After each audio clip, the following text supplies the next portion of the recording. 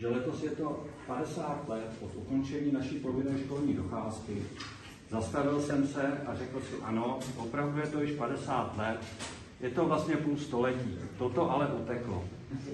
A v ten moment s určitou dávkou zvědavosti jsem si v duchu řekl, jestli pak bych někoho ze spolužáků a spolužaček ještě poznal a zdali poznají mě. Půl století je přeci jen dlouhá doba, za kterou se člověk vizuálně promění. V mém případě je toto setkání spojeno s napjatým očekáváním, ale i určitou trémou.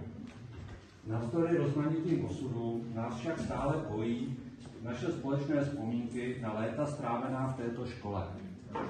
Milí bývalí spolužáci, s velkým potěšením a ctí mezi námi vítám ještě 3 vzácné hosty. Přivítejme paní ředitelku Miroslavu Sýkorovou.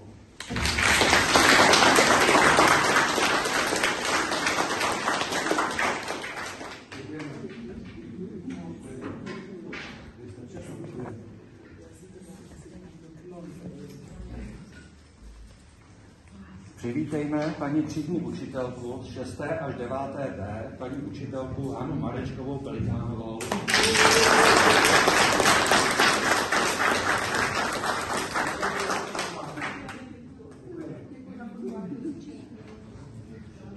Přivítejme paní třídní učitelku z 6. až 7. C, paní učitelku Ivanu Oblochovou.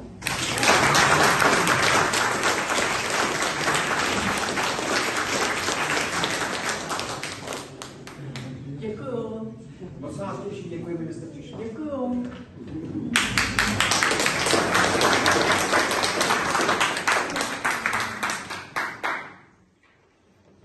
Bohužel paní třídní učitelka z 8. a 9. C, paní učitelka Alena Hromá, již není mezi námi.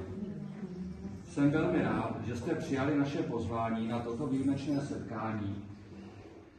Pan učitel Kačer přislíbil za námi přijít do pizzerie na Malechov. Paní třídní učitelka z 9. A, paní Hana Hanousková, vás všechny pozdravuje a z vážných rodinných důvodů se včera omluvila. Musím také vzpomenout s hlubokou úctou a láskou naše milé učitele a spolužáky, kteří již nejsou mezi námi. Každý z nich zanechal v našich srdcích nezaměnitelnou stopu a i dnes jsou s námi ve vzpomínkách na společné prožité chvíle. Nyní pojďme oslavit toto setkání a připomenout si, že přátelství, které se zrodilo před 50 lety, má stále své kouzlo. Rád bych teď požádal paní třídní učitelky, jestli by udělali prezenci dle jednotlivých tříd podle třídních knih. A vás, bývalé spolužáky, bych požádal, aby se jmenovaný, pokud je přítomen, postavil.